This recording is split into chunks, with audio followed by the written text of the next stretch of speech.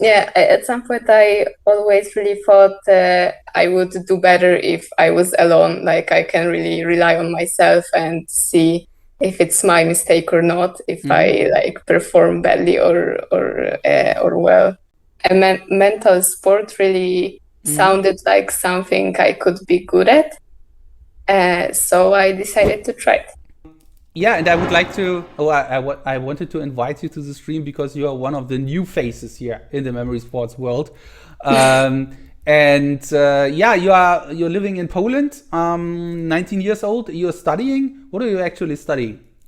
I'm actually studying university in 5 days. I see. Okay. Yeah, and it's going to be maths and data science. Math and Uh, data science. Wow. yeah, Okay. yeah. So I know the math part that I'm gonna be like I know what to expect about math, but the data science thing I'm not sure. So we will see. Interesting. Okay. So how come that you choose that study? Why did you Uh, choose that one? I think like I always liked math, but I didn't want to study only math because I thought that maybe I can have some more perspectives. Like I can do more things if I do something more than that. So I went for it because like many people also said that it's a good university and a good thing to study. So I just listened to the people. But Okay. yeah. Let's talk a bit about how did you come up with training your memory. It was 3 years ago when I was in secondary school, and one day in June, like a man came to our school. We all gathered in one big hall, and he said that he's a memory athlete and he can memorize like a lot of things. He showed us he memorized some binary digits, and yeah, and he started talking about some memory techniques and how can we improve our studying. And that was like 1 hour of talking, and then we all went back to our classes. And when the day finished, like when the school was, when I finished school that day, my dad picked me up from school, and he said, "How was school?" And I thought, yeah, it was okay. And I also said that that guy came and he memorized some different stuff, and my dad was, "Wow, cool!" And I was like, "Yeah, yeah, cool." And dad said, "I will sign you up for this." So I said, like, "Yeah, it is a cool thing, but I don't have much time for it. Like, I'm dancing. I have dancing practice like all week, like every day, a few hours every Wow. day." Okay. Yeah. So like I'm good at school anyway, so I don't need it. So my dad said, "Okay, okay," but later I found out that my dad signed me up anyways. Bad dad. Yeah. Okay. Yeah, it actually turned out that it was a good thing that he did it, Of like course. Yeah. as you can see. Yeah. I mean, and do you mean by he signed you up? Was there a course or what was it? Yeah, yeah, Yeah. it was a memory course, and I did it on holidays because I had some more time then. So it was holidays 2019, and yeah, I took the course, and it was like maybe 10 hours of lessons, and I learned the major system, the like most basic things. And after holidays, I like kept taking the classes because like you could continue the course, you could take memory lessons. So I took the lessons like once a 2 week, I don't know, twice a month. Okay. I think because I didn't have much time for it. Yeah, and I didn't like put much effort in it. Like I only came to the class and I like memorized some stuff, but I didn't even know the major system because I didn't have time to like work on it. And it was like a class, 2 weeks break, and then you come again to the class and you have to memorize again. And I didn't do anything about memory meanwhile. Okay. So when I was to memorize digits, I was like, okay, I don't remember the system, so I will just like make that up because I like knew the letters. Like 44 was RR, so I made that up during memorization. I see. Okay, cool. Yeah. So very spontaneous. And what did change your mind about training your memory and doing memory sports more serious?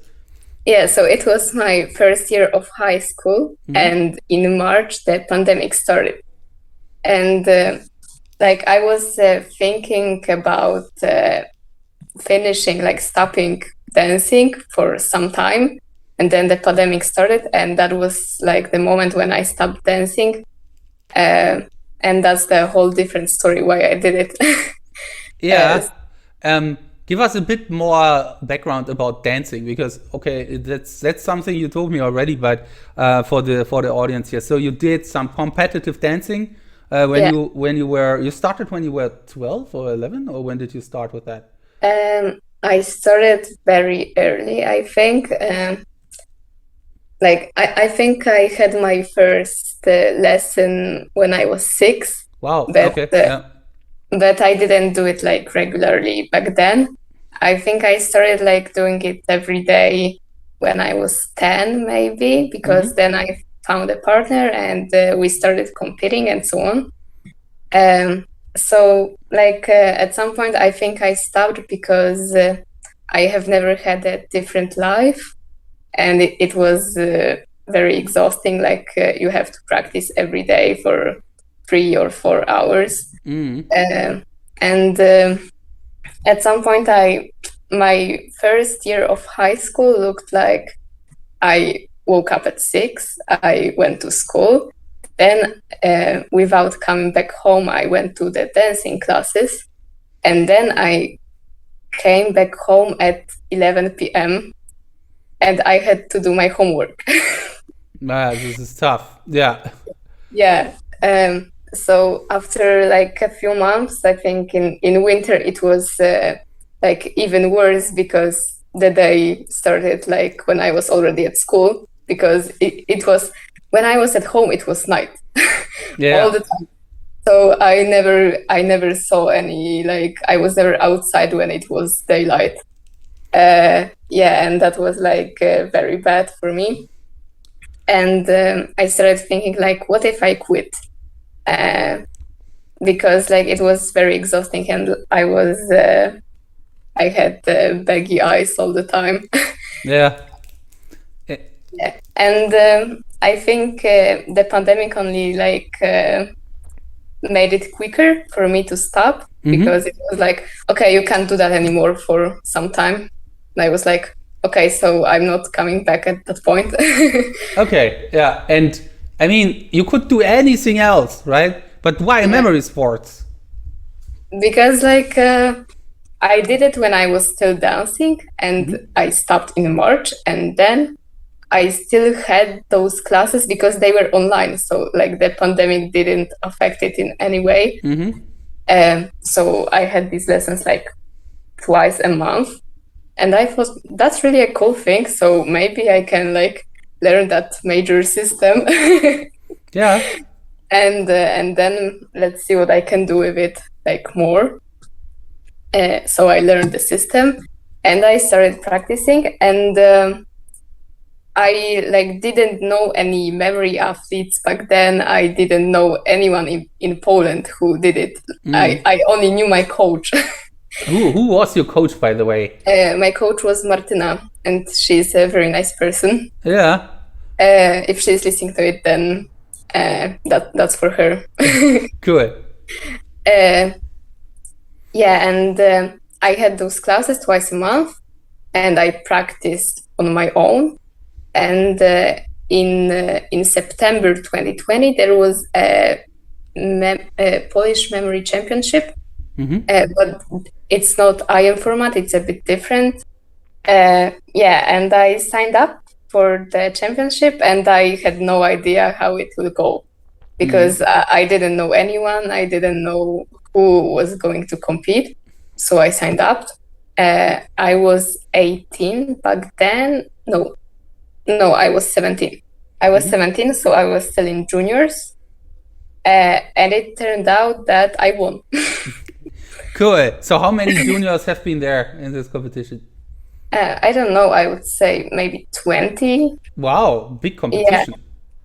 Or maybe like, I think close to 20, maybe a bit less, but let's say 20.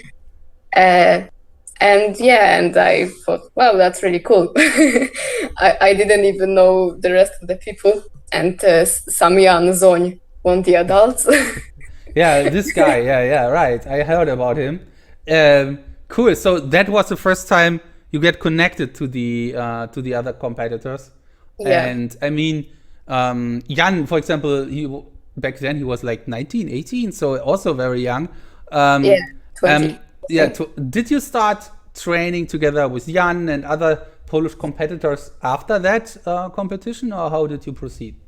I found out about Memory League 2 months ago, and when I started, I knew the people who I met at the championships, but I didn't like talk to Jan during the competition, so I didn't really know him. I just saw him and knew who he was.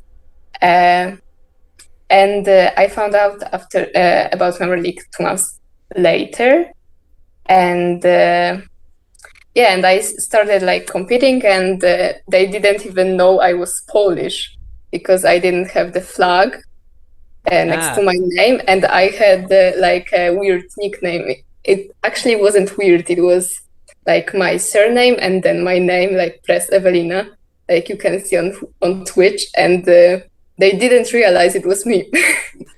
I see. So like Preś Ewelina. Yeah, I remember that one. Okay, so they didn't even recognize you in the first place. Yeah. No, they didn't. And like, I think I saw someone on the Memory League chat.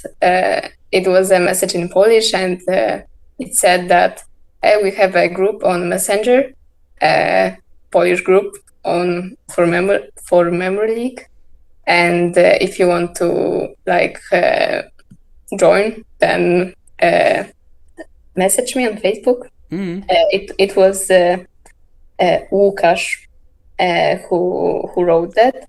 So I messaged him, and he added me to the group, and then I like got to know all of the Polish competitors. Nice. And why going competitive? You said that in memory sports you are just relying on yourself. You don't have to rely on someone else. Like dancing was a different story. So sometimes your partner did some crazy mistakes, and you was like, "Oh, it was not my fault." Maybe you can summarize that better than me. So I think I've competed in dancing for a very long time. I did have some success, but not much, I would say. Like, my ambitions were like much higher than I managed to get.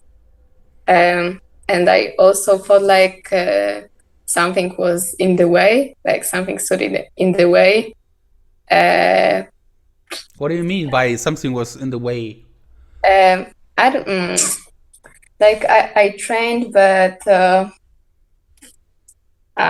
it's tough to say. Maybe maybe I will start once again. At some point I always really thought I would do better if I was alone. Like, I can really rely on myself and see if it's my mistake or not, if I like perform badly or well. So I just, during dancing, even for many years, I always felt like I should have picked another sport, because like I knew I would do better alone, maybe. And it's also more motivating for you if you like if you're like not this motivated by like not having the full control over what you're doing. Mm-hmm. Uh, Okay. Yeah, so memory sport seemed great, and I also like thought that I have never been like the best at school in PE. So, but I was like very good at studying in general. Like I didn't have to put much effort to study and get good grades. So it was a mental thing, like a mental sport really sounded like something I could be good at. So I decided to try it.